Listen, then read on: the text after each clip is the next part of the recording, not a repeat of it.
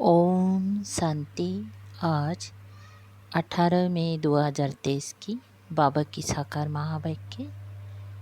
प्यारे बाबा बोले, मीठी बच्चे, इन आँखों से जो कुछ देखते हो उसे भूलना है। सब शरीरधारियों को भूल और शरीरी बाप को याद करने का अभ्यास करो।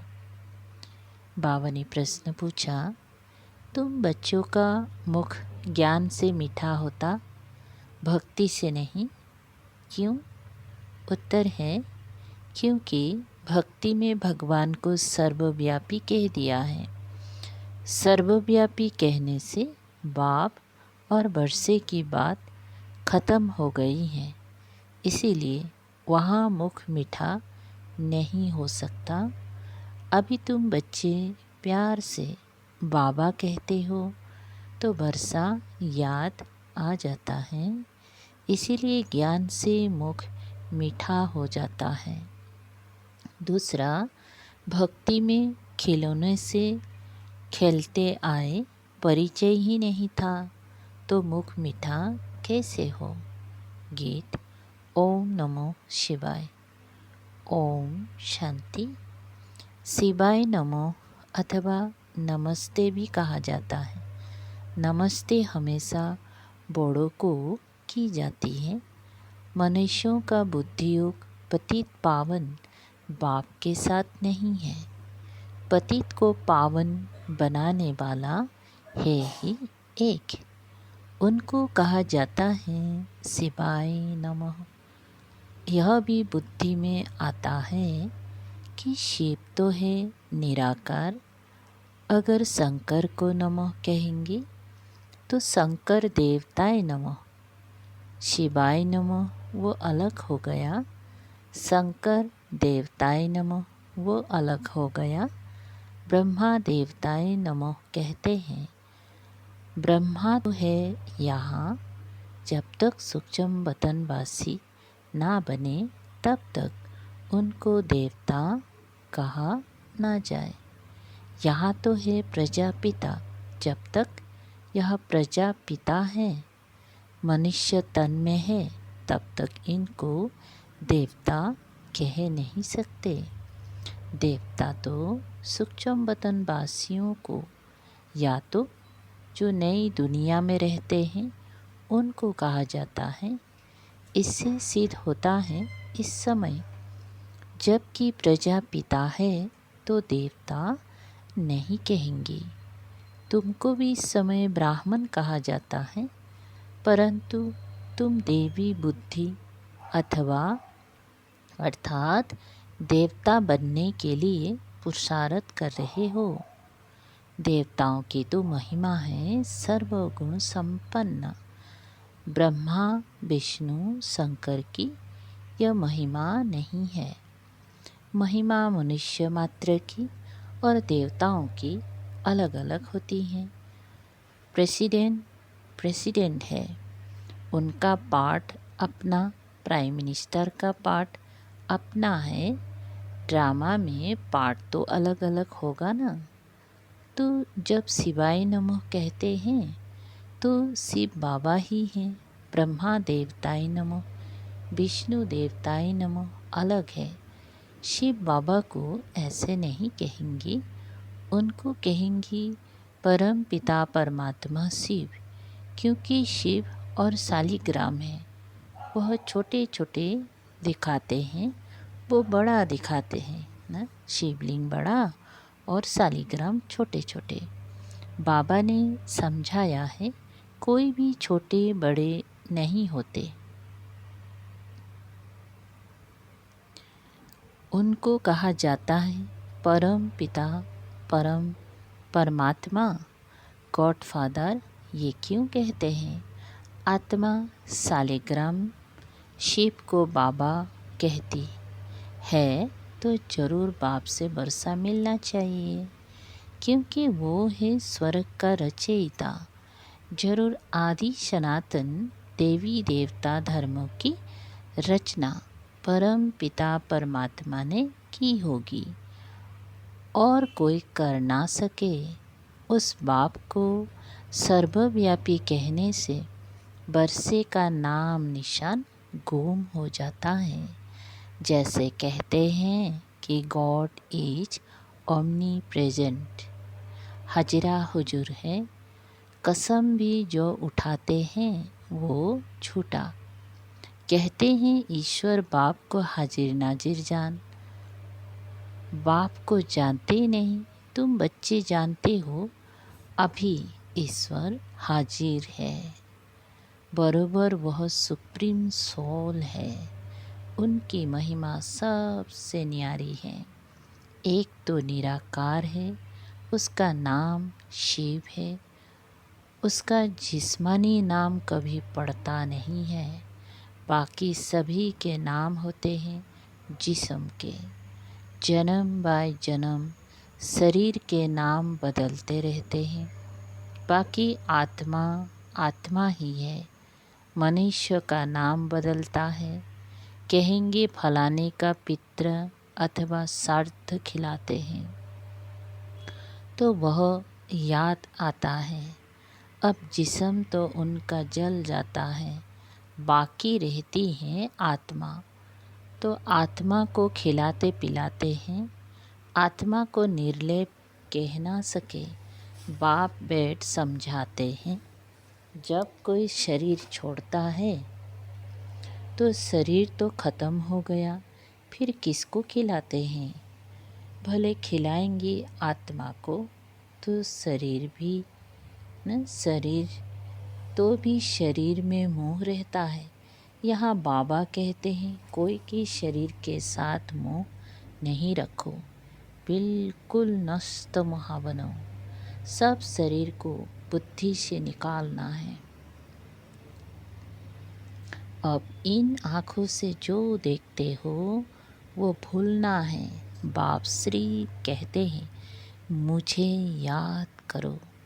मेरा तो कोई शरीर नहीं है, इसलिए डिफ़िकल्टी होती है। सगाई की अंगूठी पहनाते हैं ना, अब वह तो निराकार है, उसका कोई चित्र नहीं है। अंगूठी पहनाई जाती है कि निराकार शिव बाबा को याद करो। नई बात हो गए ना। मनुष्य मरता है तो समझो वो ख़त्म हो गया। उसका पितृ किसको खिलाते हैं? ज़रूर आत्मा आएंगी, संस्कार आत्मा ले जाती हैं। ये खारा है, ये मीठा है, किसने कहा? आत्मा कहती है मेरी ज़बान को कड़वा लगा, मेरे कान बहरे हैं, मेरे माथे में दर्द है। ये कहने वाला कौन है? मनुष्य भूल गए हैं। बाप समझाते हैं आत्मा ही दुख सुख भोगती है। अभुक्ता सिर्फ बाप है। बाप ही बैठ आत्मा का ज्ञान देते हैं। बाकी आत्मा सो परमात्मा कहना ये बड़े ते बड़ा अज्ञान है। सारी दुनिया में कहते हैं परमात्मा सर्वव्यापी है, फिर उनको याद करने से क्या मिलेगा? भक्त उनको याद करते हैं, परंतु उनसे मिलता क्या है ये कोई नहीं जानते। सर्वव्यापी कहने से मिलने की बात ही नहीं उठती। आसुरी मत पर चलने से मनुष्य नीचे ही गिरते जाते हैं। श्रीमत तो एक ही बाप की है। आसुरी मत देने वाला रावण है, जिसकी मत पर एक दो को दुख देने लग पड़ते हैं। अब तुम हो ईश्वरीय संप्रदाय, एक दो को सुख देने वाले। बाप है सर्व का सुखदाता। मनुष्य अपने को सर्वोदया लीडर कहते हैं, परंतु सर्व का मालिक रचयिता तो ईश्वर का ही कहा जाता है। सर्व माना सारी सृष्टि का सद्गति दाता। कोई मनुष्य को नहीं कहेंगे। तो मुख्य बात है पहले सर्वव्यापी का ज्ञान निकालना पड़े। बाप को सब याद करते हैं। भक्त चाहते हैं भगवान आकर हमको कुछ देवे। बाप ने ज़रूर कुछ किया ना, कुछ दिया है। रचयिता रचेगा तो देगा भी ना। बाबा देते हैं स्वर्ग की बादशाही, उस बाप को भूलना नहीं है। यही है मेहनत। अब तुम बच्चे तो समझो सयाने हो, पहले तुम बहुत बेसमझ थे। बाप को सर्वव्यापी कहने से कुछ भी नहीं मिलता। पहले पहले बाप सीध कर बताते हैं, वो है परम पिता। परम अक्षर लौकिक बाप को नहीं दिया जाता। परम पिता है, परे से परे परम धाम में रहने वाला, वो है सुप्रीम। वही मनुष्य सृष्टि का बीज रूप है। बाप बीज है ना, स्त्री को एडाप्ट कर फिर रचना रचते हैं। शिव बाबा कहते हैं, मैं भी इनको एडाप्ट करता हूँ। वो है कुख वंशावली और यह है मुख वंशावली। यह ब्रह्मा मेरी स्त्री है, परंतु चोला तो पुरुष का है।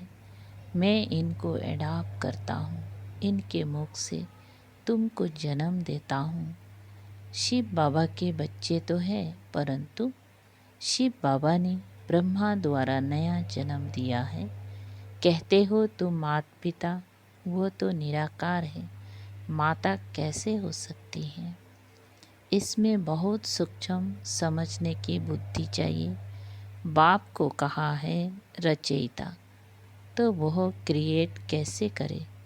जगदम्बा सरस्वती जिसको कहते हैं, वो तो ब्रह्मा की बेटी मुख वंशावली गाई जाती है।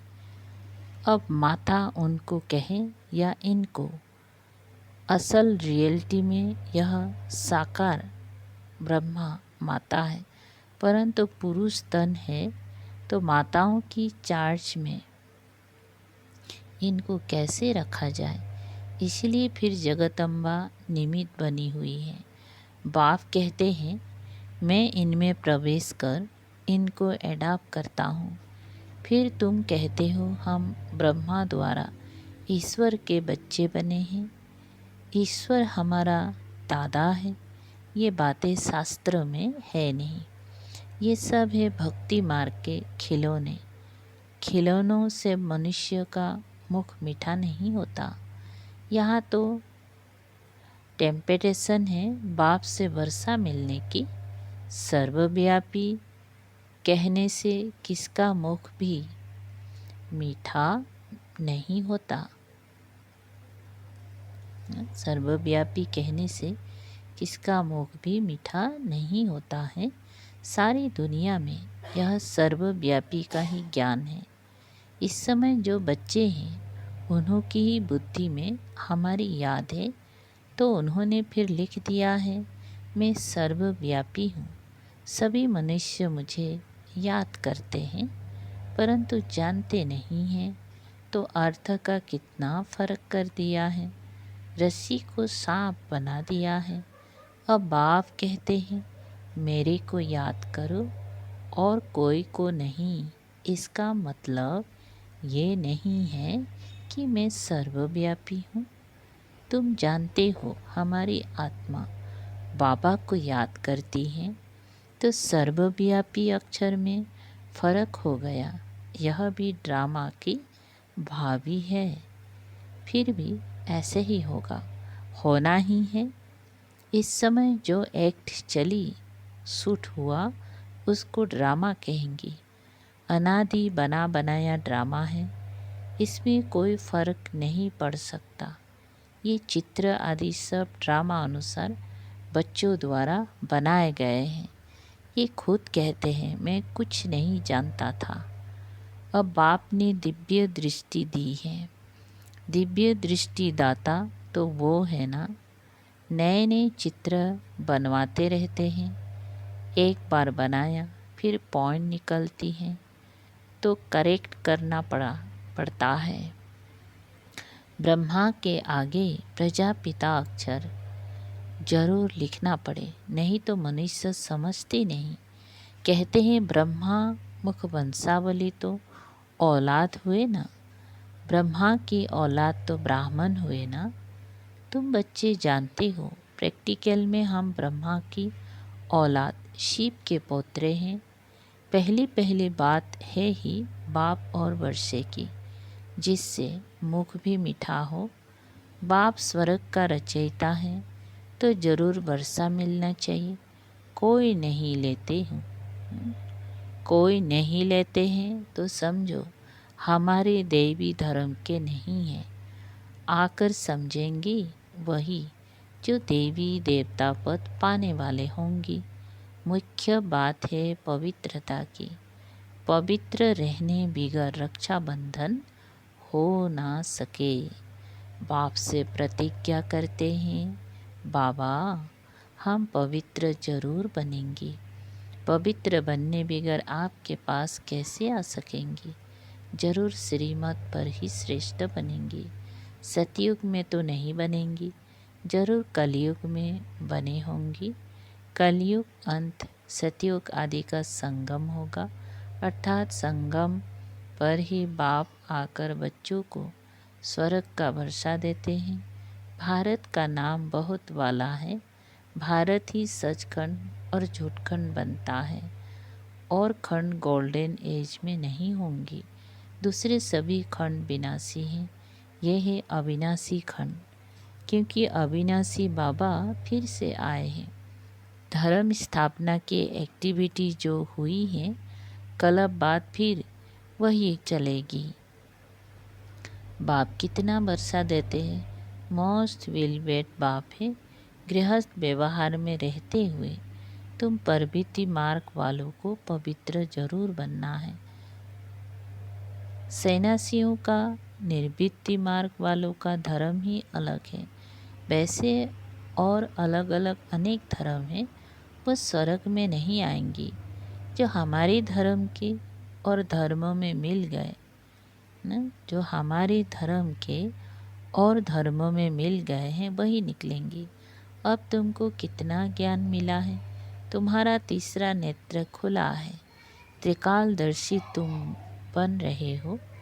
सिवाय तुम ब्राह्मणों के और कोई भी मनुष्य मात्र त्रिकालदर्शी नहीं होते हैं। देवता भी त्रिकालदर्शी नहीं हैं। बाप कहते हैं तुमको तीसरा नेत्र दे सच्चा बनाता हूँ। तुम बच्चे जानते हो हमारा अब तीसरा नेत्र खुल रहा है। जैसे बाप में सारी सृष्टि के आदि मध्य अंत का ज्ञान है, वैसे हम जो उनके बच्चे हैं, हमको भी बाबा द्वारा ज्ञान मिला है गया। हम मास्टर ज्ञान सागर बन रहे हैं, और किसी को मास्टर ज्ञान सागर नहीं कहेंगी, परंतु तुमको भी ज्ञान सागर नहीं कहेंगी। तुम ज्ञान नदियाँ हो, बाकी ऐसे नहीं। अर्जुन ने तीर मारा और गंगा निकल आई, ना ही गौ के मुख से पानी निकल आता है। वह गंगा कहाँ से आएंगी? कहाँ तुम दो भुजा वाले, कहाँ वो जगदम्बा को 4-6 भुजाएं दे देते हैं। तुम बच्चों को बहुत कुछ समझाना है। कोई बच्चे कहते हैं कि बाबा की याद नहीं रहती है, अपने को आत्मा नहीं समझते, घड़ी घड़ी भूल जाते हैं। बाप को याद नहीं करेंगी तो वर्षा कैसे मिलेगा? बाबा कहते हैं निरंतर मुझे याद करो, तो उसी योग बल से तुम्हारे विक्रम विनाश होंगे। याद नहीं करेंगी तो मम्मा बाबा के तख्त नसीन कैसे बनेंगी? उनको कपूत कहा जाएगा। सपूत बच्चे तो बाप को निरंतर याद करने का खूब पुरुषार्थ करते रहेंगे, अंत तक करना ही है। बाप को जितना याद करेंगे उतना तुम्हारी कमाई है। अपना चार्ट रखो, जो ओटे सो अर्जुन।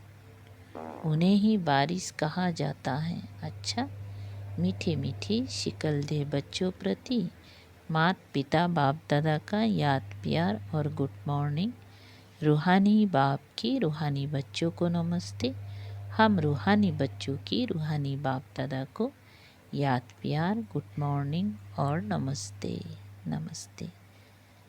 सार है नंबर पहला, ईश्वरीय मत पर एक दो को सुख देना है, किसी को भी दुख नहीं देना है। बाप समान सुखदाता बनना है। नंबर दूसरा है, इन शरीरों से मोह निकाल नस्तमोहा बनना है। सपूत बच्चा बन निरंतर बाप को याद करने का पुरुषार्थ करना है। वरदान, हंस आसन पर बैठ हर कार्य करने वाले सफलता मूर्त विशेष आत्मा भव। विस्तार, जो बच्चे हंस आसन पर बैठकर हर कार्य करते हैं उनकी निर्णय शक्ति श्रेष्ठ हो जाती है, इसलिए जो भी कार्य करेंगी उसमें विशेषता समाई हुई होगी। जैसे कुर्सी पर बैठकर कार्य करते हो, वैसे बुद्धि इस हंस आसन पर रहे तो लौकिक कार्य से भी आत्माओं को स्नेह और शक्ति मिलती रहेगी। हर कार्य सहज ही सफल होता रहेगा। तो स्वयं को हंस आसन पर विराजमान विशेष आत्मा समझ कोई भी कार्य करो और सफलता मूर्त बनो। स्लोगन, स्वभाव के टक्कर से बचने के लिए अपनी बुद्धि, वृत्ति व वाणी को सरल बना दो। ओम शांति।